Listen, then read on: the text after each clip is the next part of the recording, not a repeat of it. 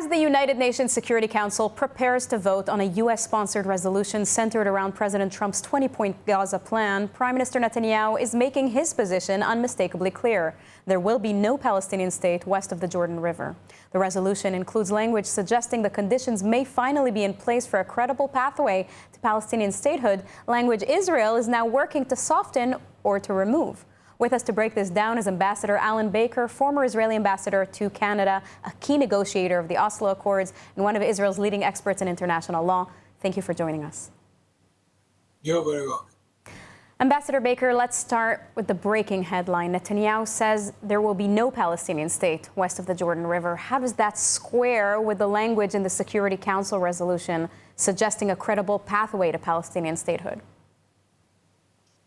Well, the language of the resolution, which copies the Trump plan, the Gaza plan, isn't in absolute terms. It may lead to a possible pathway to Palestinian possible statehood.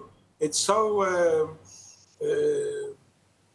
unclear that I don't think, even if it appears in a Security Council resolution, it doesn't create any absolute determination that there will be a Palestinian state. So I don't think it's incompatible with Israel's position. It doesn't really say anything more than the Trump plan says. So from a legal and diplomatic perspective, how binding is such a language in a UN Security Council resolution? It appears that you think it isn't. It's not binding. First of all, it's not a binding resolution. In as much as the seventh chapter of the UN Charter enables the Security Council to adopt binding resolutions and send peace forces and things like that. This is not the same. This is a sort of recommendation. It's more or less putting into a formalized framework the Trump plan. It doesn't say anything more than that, and it doesn't say anything less than that. So, I think that this is perhaps being blown up out of proportion by, excuse me saying, by the Israeli media. It's nothing more than there already existed according to the Trump plan. That's it. While that may be the case, Israel is reportedly lobbying to water down or remove the statehood clause. In your experience negotiating international agreements, how often does such lobbying succeed? And what tools does Israel even have right now to influence the final wording? Well, the only tool that Israel has is its relationship with the United States. And I'm not sure whether President Trump or the United States delegation will want to alter something that's already been put into the American Trump plan. It already appears there.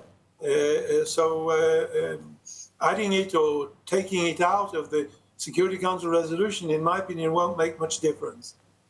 Now, this plan, it envisions an apolitical Palestinian administration in the future and a Trump-chaired board of peace overseeing Gaza. How realistic is that structure, and what happens when Trump is no longer there? Good questions.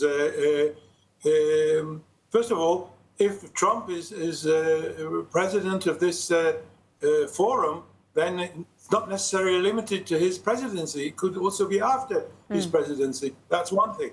But the other thing is this: it's difficult for me to see the Palestinian Authority ever being capable, able, or willing to take on the administration of the Gaza Strip.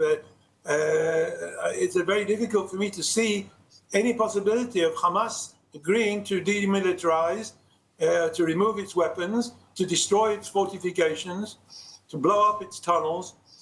All these things are very, very difficult propositions for whatever administration force or presence will be. And it's difficult for me to see how states such as Turkey will want to advance anything like that. So because they're in cahoots with Hamas all the time, it's difficult for me to see them demilitarizing Hamas and taking away from them their weapons. So I think we have yet to see whether anything of this will really become realistic. Ambassador Baker, thank you very much for this input. You're welcome.